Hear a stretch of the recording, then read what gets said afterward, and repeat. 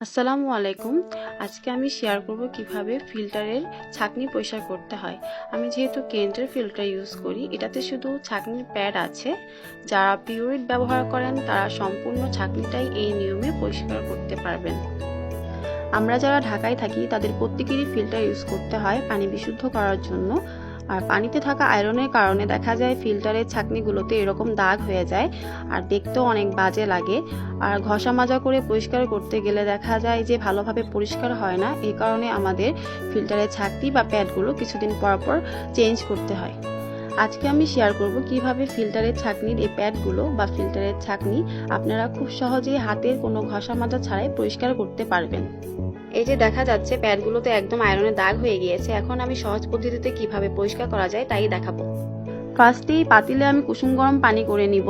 এরপর চেক করে নিব যে আঙুল ডোবানো যায় কিনা। আঙুল ডোবানো যায় এমন কুসুম গরম পানিতে এই প্যাডগুলো দিয়ে দিতে হবে। তারপর একটি সম্পূর্ণ লেবুর রস, লেবুর খোসা সহ এর মধ্যে আমি দিয়ে দিব। কুসুম গরম পানিতে লেবুর রস ভালোভাবে চিপে দিয়ে দিতে হবে এবং লেবুর খোসাগুলো ভালোভাবে পানিতে মিশিয়ে দিতে হবে। আপনারা যদি পিউরিটের ছাঁকনি পরিষ্কার করতে চান সেক্ষেত্রে পানির পরিমাণ আরও বাড়িয়ে নিতে হবে আর লেবু বড় সাইজের দেখে নিতে হবে।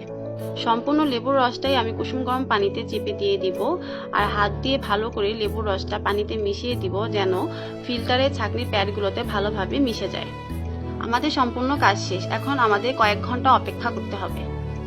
আলহামদুলিল্লাহ, দেখা যাচ্ছে প্যাডগুলো পরিষ্কার হয়ে গিয়েছে আর হাতের কোনো ঘষা মাজা ছাড়াই এত সুন্দর সাদা ধবধবে পরিষ্কার হয়ে গিয়েছে ভাবা যায়।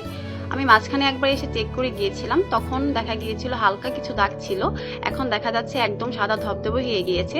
আমার এটি পরিষ্কার হতে সময় লেগেছে 2.5 ঘন্টা। পিউরিটির ছাঁকনি যেহেতু বড় সেক্ষেত্রে সময় লাগতে পারে 5 থেকে 7 ঘন্টা। ফিল্টারের ছাঁকনির এই প্যাডগুলো আমি পরিষ্কার পানি দিয়ে ধুয়ে নিয়েছি। এখন ফিল্টারে সেট করে নিব। এই যে ফিল্টার সেট করার পর একদম নতুন চকচকে দেখা যাচ্ছে। আপনাদের যদি ভিডিওটি ভালো লেগে থাকে অবশ্যই লাইক, কমেন্ট, শেয়ার করতে ভুলবেন না। সবাই ভালো থাকবেন, সুস্থ থাকবেন।